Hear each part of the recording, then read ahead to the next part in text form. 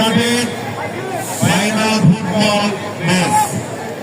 এই ফাইনাল ফুটবলে চিত্রকূট বনাম ঢাকা প্রেস ক্লাব, আমি দুই দলের খেলোয়াড়দের উদ্দেশ্যে বলবো, আপনার আশেপাশে তাকায় দেখেন, আপনাদেরকে খেলা দেখার জন্য, আপনাদের খেলা দেখার জন্য হাজার হাজার তরুণ, যুবক, বৃদ্ধ এবং পর্দায় মা বোনেরা ছাদের ভিতরে আপনাদের খেলা দেখার জন্য অতি আগ্রহে অপেক্ষা করতেছে।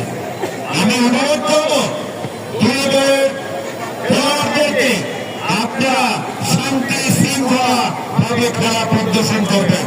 খেলায় হার জিত আছে, অবশ্যই একদল জিতবে, একদল হারবে।